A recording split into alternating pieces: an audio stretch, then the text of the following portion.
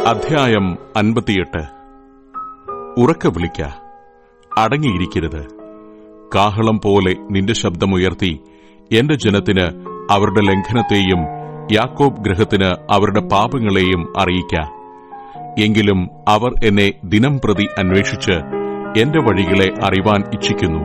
നീതി പ്രവർത്തിക്കുകയും തങ്ങളുടെ ദൈവത്തിന്റെ ന്യായം ഉപേക്ഷിക്കാതിരിക്കുകയും ചെയ്തൊരു ജാതിയെപ്പോലെ അവർ നീതിയുള്ള വെപ്പുകളെ എന്നോട് ചോദിച്ചു.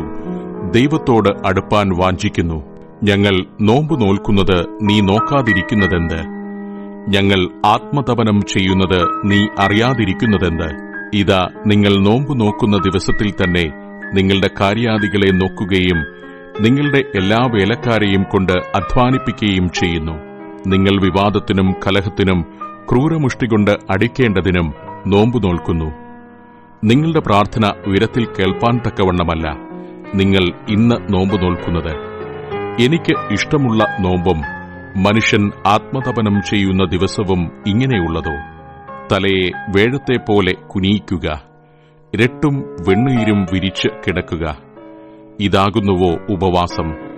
ഇതിനോ നീ നോമ്പെന്നും യഹോവയ്ക്ക് പ്രസാദമുള്ള ദിവസമെന്നും പേർ പറയുന്നത്? അന്യായബന്ധനങ്ങളെ അഴിക്കുക, നുകത്തിന്റെ അമിക്കയറുകളെ അഴിക്കുക, പീഡിതരെ സ്വതന്ത്രരായി വിട്ടയക്കുക, എല്ലാ നുകത്തെയും തകർക്കുക. ഇതല്ലയോ എനിക്ക് ഇഷ്ടമുള്ള ഉപവാസം? വിശപ്പുള്ളവന് നിന്റെ അപ്പം നുറുക്കിക്കൊടുക്കുന്നതും അലഞ്ഞു നടക്കുന്ന സാധുക്കളെ നിന്റെ വീട്ടിൽ ചേർത്തുകൊള്ളുന്നതും നഗ്നനെ കണ്ടാൽ അവനെ ഉടുപ്പിക്കുന്നതും നിന്റെ മാംസരക്തങ്ങളായിരിക്കുന്നവർക്ക് നിന്നെ തന്നെ മറയ്ക്കാതെയിരിക്കുന്നതും അല്ലയോ? അപ്പോൾ നിന്റെ വെളിച്ചം ഉഷസ്സുപോലെ പ്രകാശിക്കും. നിന്റെ മുറിവുകൾക്ക് വേഗത്തിൽ പൊറുതിവരും. നിന്റെ നീതി നിനക്ക് മുൻപായി നടക്കും. യഹോവയുടെ മഹത്വം നിന്റെ പിൻപടയായിരിക്കും. അപ്പോൾ നീ വിളിക്കും, യഹോവ ഉത്തരമരുളും. നീ നിലവിളിക്കും, ഞാൻ വരുന്നു എന്ന് അവൻ അരുളിച്ചെയ്യും.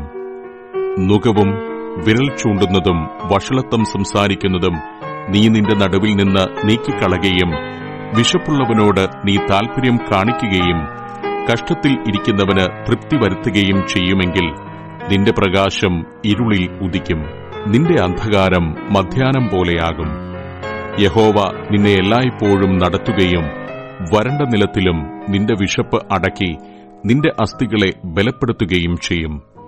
നീ നനവുള്ള തോട്ടം പോലെയും വെള്ളം വറ്റിപ്പോകാത്ത നീരുറവ് പോലെയുമാകും. നിന്റെ സന്തതി പുരാതന ശൂന്യങ്ങളെ പണിയും. തലമുറ തലമുറയായി കിടക്കുന്ന അടിസ്ഥാനങ്ങളെ നീ കെട്ടിപ്പൊക്കും. കേടു തീർക്കുന്നവനെന്നും കുടിയിരിപ്പാൻ തക്കവണ്ണം പാതകളെ യഥാസ്ഥാനത്താക്കുന്നവനെന്നും നിനക്ക് പേർ പറയും.